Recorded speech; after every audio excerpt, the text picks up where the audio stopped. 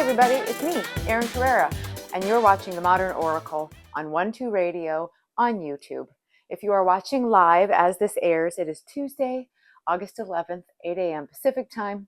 I am recording it Saturday, August 8th, which would have been my dearly departed grandmother's birthday. Happy birthday, my dear grandmother Petra. I loved her so much. But if you're watching, it is the day before the eclipse, or the first eclipse in this eclipse season.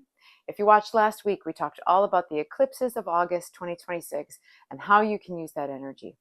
Today, we're going to be talking a little bit about the eclipse season and a little bit about harvest season, even though a lot of us associate harvest more like with September, October, pumpkins and apples and pumpkin spice lattes.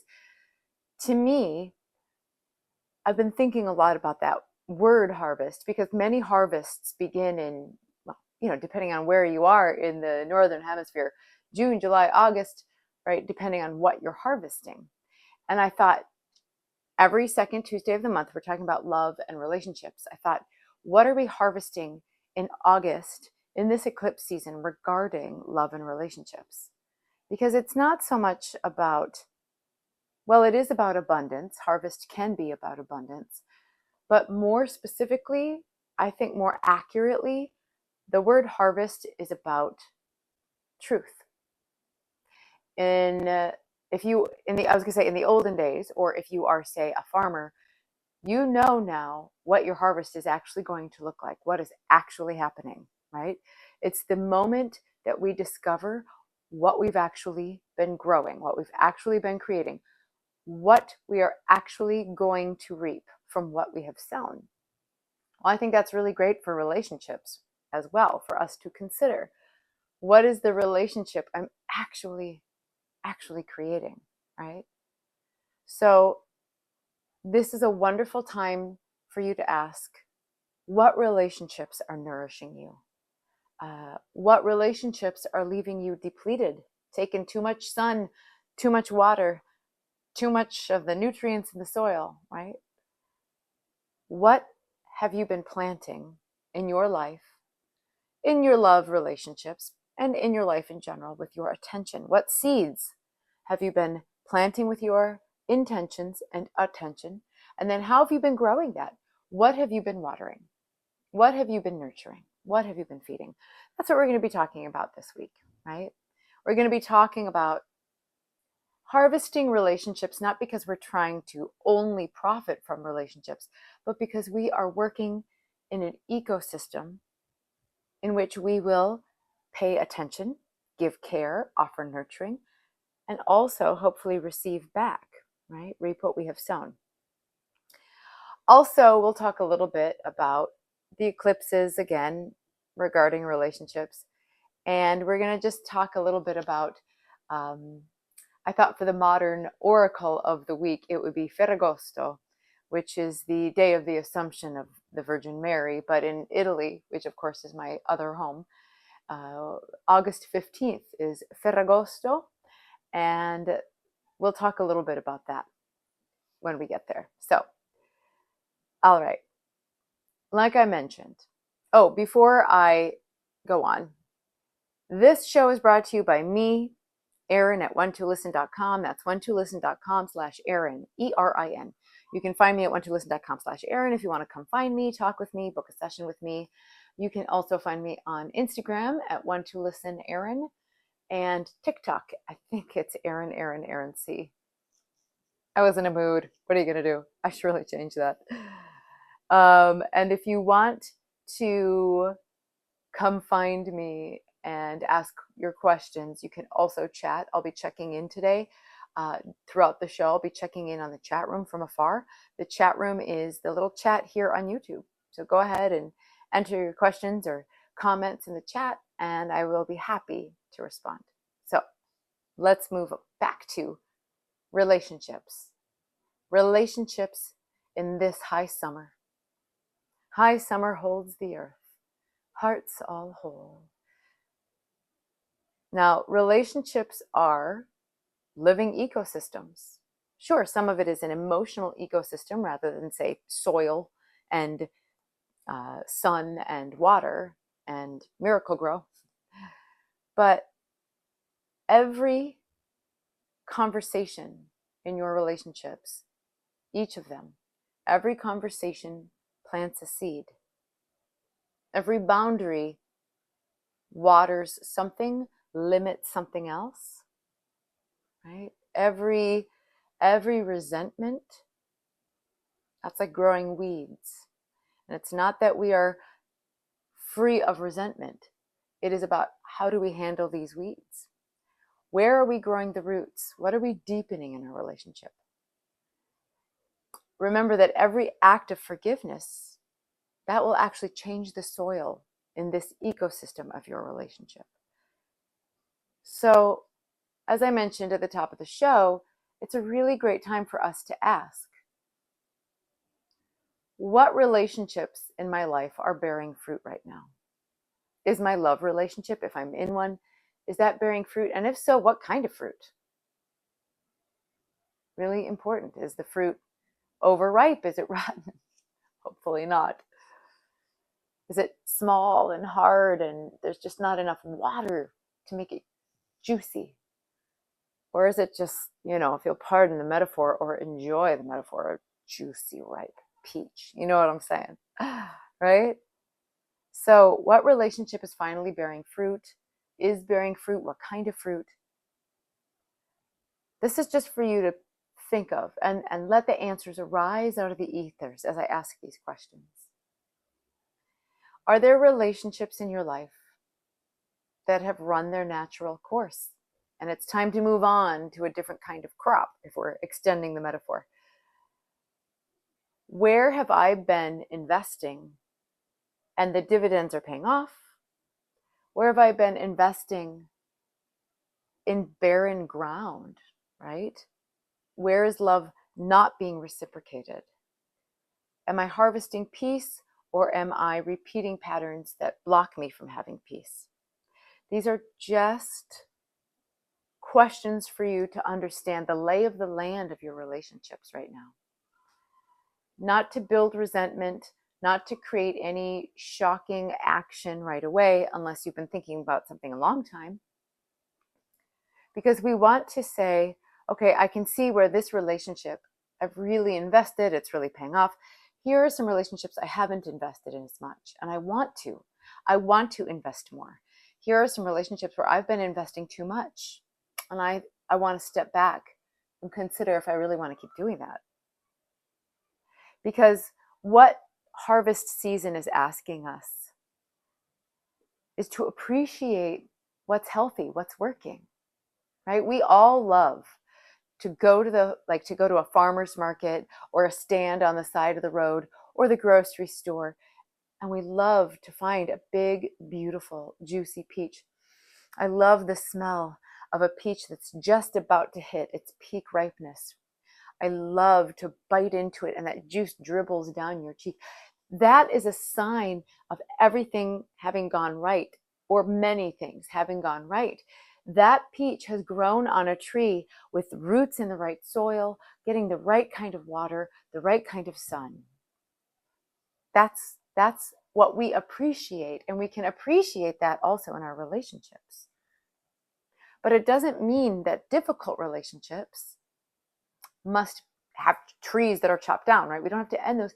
What we can do is we can gather wisdom from those relationships. We can learn from them and understand what is our part in things. Have I had bad boundaries? Have I been resentful? Have I been ignoring? Have I not been taking the care I would prefer to take? And if so, why not? What can I do now? Is this a relationship to continue or not? Right? And then it's a time for us to Burning Man it, baby, right? Release what is no longer serving us. Let it go. Let it go. There are often opportunities when we clear the soil of the plants that are not growing well for us to till that soil, do a little work on ourselves, and then plant seeds for fruit that maybe will bear something wonderful for us. So sometimes harvest season isn't just about abundance, although I love a flower wreath and a beautiful sundress and a wonderfully cold lemonade in the hot sun. Maybe you're under the shade of a tree. I love that vision of summer. But it's also a time to realize what is really growing in your garden.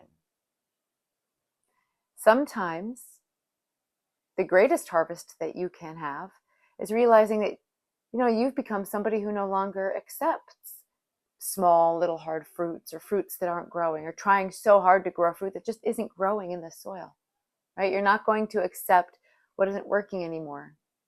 Maybe you might find a new set of tools or supplements or different kind of watering program to grow that fruit. But if you've tried and tried and tried, maybe there are other fruits to grow. Now, how does eclipse season play into this with our relationships? So tomorrow, if you're watching live on August 11th, tomorrow is August 12th, and that will be a full moon and the start of the eclipse season. And this is going to really, it's already started, but we are really coming into a period of heightened awareness. I know a lot of us are really stuck on our devices. You're watching me on a device probably right now. But remember what it was like before we were all connected all the time to technology, or what it's like if you just put the phone down and you go outside and touch grass for a minute. You just go be in your yard or in a park and you just look around and experience the sun and the air and the birds and the flowers and the grass and the trees, wherever you live, whatever that looks like. Heightened awareness. We can hear the bird song. The bird song is getting louder. We can feel a quickening in the energy of the environment. This is the heightened awareness. And I think it's important to remember that eclipses, like tomorrow, they reveal things. This is why I'm talking about harvesting truth, right? They reveal things. They can interrupt routine. And that's a great thing, because that is a time for what is hidden to become visible, right? Hidden emotions can become visible. Now, often the hidden emotions that we've been hiding from ourselves become visible because we get triggered or something happens where we go, blah, we just all of a sudden blah, go there.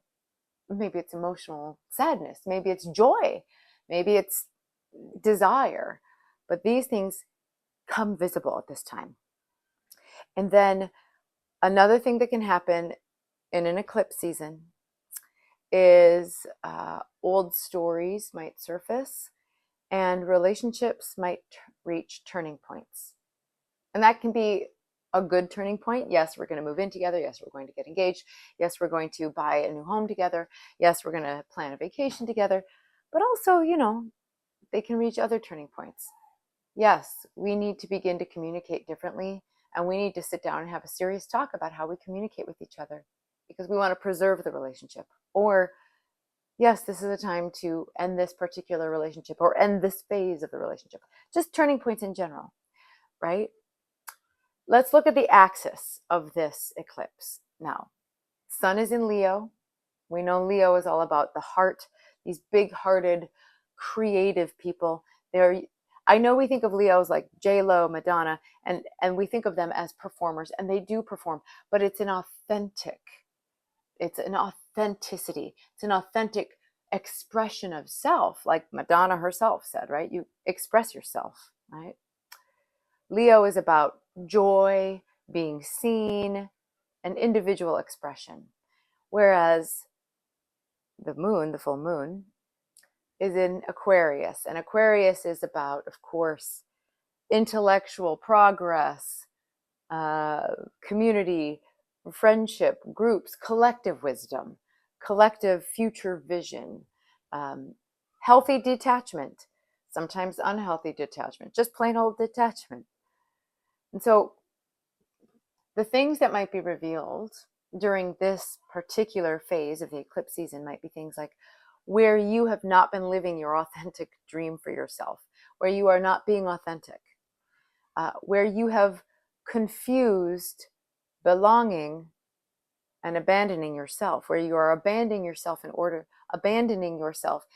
to belong.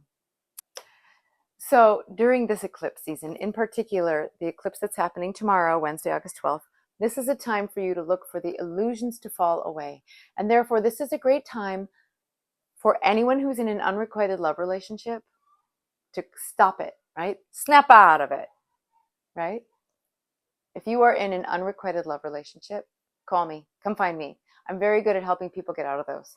I know how painful it is to be stuck in them, and I have a trove of techniques for you to use. One of them is when you have intrusive thoughts or obsessive thoughts about your unrequited love relationship, I advocate that you actually plan when you are going to obsess over this person and you set a timer. Because if you let the thoughts keep invading and then you keep trying to ignore them, or you let it just take over, then you're building the pattern of obsessing. But if you say, okay, I see you obsessive thought, but remember, we give ourselves 15 minutes every day at 3 p.m. to obsess. So it's only 12:10. So let's just save that, pin that for the future, because at 3 p.m., I'm going to go hide, turn my phone to do not disturb, and I'm going to set a timer for 15 minutes, and I'm going to obsess over this person.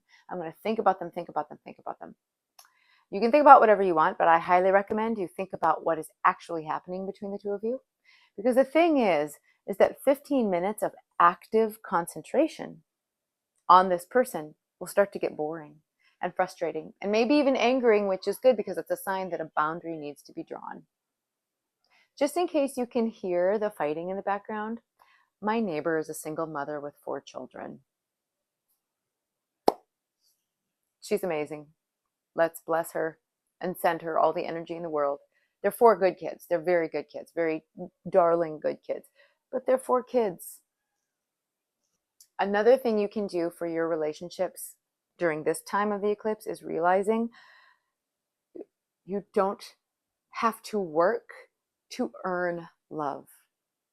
Now, I'm not saying that you don't keep your commitments, that it's unfair for other people to have certain expectations and vice versa, right? Like I expect my husband not to cheat on me. We've talked about it. We agree. We don't have the kind of relationship where we get to cheat on each other. So we both expect the other person won't. And if one of us does cheat for some reason, well, hopefully it will come out. I'm sure it will because we know each other very well. And then we would work through that one way or another. But the expectation is that that doesn't happen. And that is a fair and healthy expectation. But I don't have to run around catering to him to earn his love. There's a difference. I don't serve him to earn his love and vice versa. If we choose to be each other's helpmates, that's one thing. That's beautiful. But if we're doing it because we think we need to earn love, this is a great time for you to learn you deserve love. You deserve love. Not because of what you can do for somebody else, but because of who you are with them and who they are with you. And then things like the division of labor and the chore list and who does what and your financial discussions, all of that, I'm not saying any of it is easy. All of that comes from the fact that we are choosing to be with each other. We choose that we love each other. We are worthy of love. Now, where do we go from here? Okay, now, because I wanted to bring some of the divine feminine into today's episode, we're going to talk a little bit about Ferragosto, August 15th. It's the Assumption of, no, it's the Feast of the Assumption of Mary. I don't know. I didn't grow up Catholic. Forgive me. But because I married into Italy, and Italy is now one of my other homes, every August 15th, it's a national holiday there.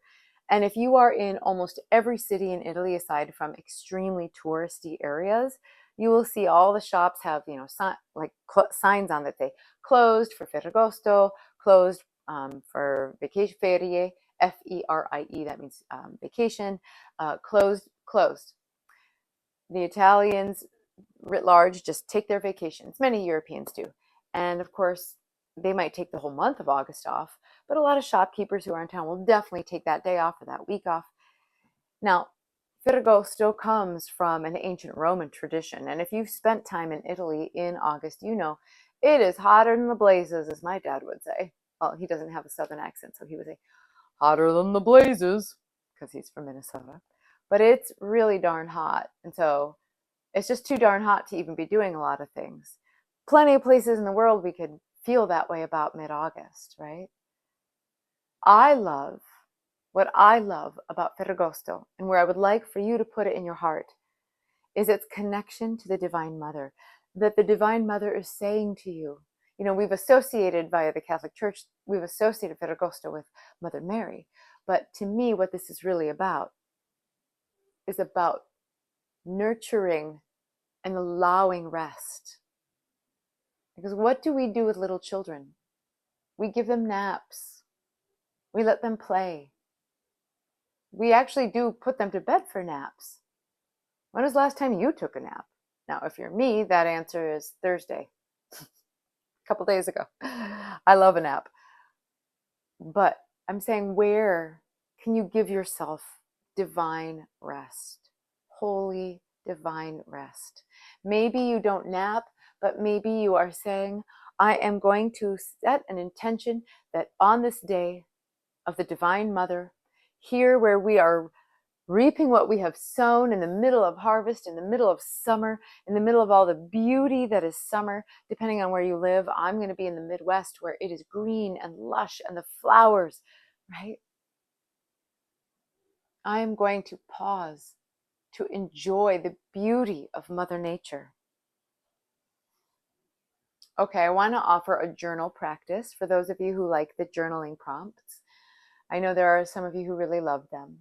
So in honor of August, the Divine Mother, whether that's Mary or Demeter or any of the Divine Mothers of harvest, in honor of Ferragosto, in honor of the natural beauty of this beautiful planet where we live, that we call home, I would love for you to first ask, the first journal prompt is, what relationships am I most grateful for? What relationships in my life am I so grateful for? And remember, that can include your relationship with yourself. I hope it does. I really hope it does. And that can include relationships with your fur babies. And that can, in my world, that includes relationships with trees. There's this beautiful fig tree down the street that I talk to well, not every day because I don't walk by it every day, but every day that I walk by it, put my hand on it and I say hello. We know each other. So it can be all of your relationships or arenas of your relationships. Next question. What relationship keeps teaching me the same lesson? Ah! What relationship is trying to teach me the same lesson again and again and again? Or what kind of relationship do I keep getting into teaching me the same lesson again and again? Speaking of the unrequited love from before, not that everything is about unrequited love, but if you keep getting into the same kind of relationship situation, whether that's a friend who's a crazy maker or doesn't respect your boundaries, or a friend who ghosts you, or a dating relationship where you always get involved with somebody who's really controlling and micromanaging, whatever it is, I'm speaking a bit in hyperbole just so that we can make it obvious, but it could be subtle as well. This is a really beautiful one. What quality of love do I want to cultivate for this autumn? Because that will be our next harvest. So what quality of love, what are the seeds you can plant or that you can just think about right now? And these are the qualities of love that you would love to cultivate this autumn. Now, we're not there yet. We've got 6 weeks before we get to autumn. These could be seeds you've planted already, seeds you planted back in the spring. What quality of love are you cultivating? And finally, speaking of the divine feminine and the divine rest, and therefore the divine reception of energy and the receiving of energy, I would love for you to ask yourself, where in my life is the divine asking me to soften rather than act? Right? Soften rather than push. Receive rather than force. receive, and allow. Ask yourself that. Where is the divine asking me to receive, to allow, to soften? And then just imagine yourself receiving with gratitude. I receive. I receive. I receive.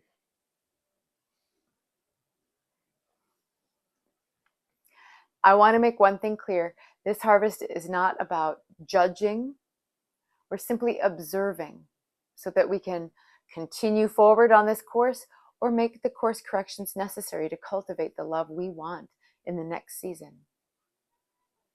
And remember that every harvest contains next year's seeds, right? We reuse seeds. Now, of course, there are modern farming practices where people just keep buying new seeds, but for millennia, people cultivated the old seeds to grow next year's harvest. So remember, may you gather your blessings with gratitude and share those blessings with the people. All right, thank you for watching The Modern Oracle with me, your host, Erin Carere. Come find me at onetolisten.com/Erin. Stay tuned, because coming up next, if you're watching live, you can go find her. You go to onetolisten.com, it'll link you over to a radio show, which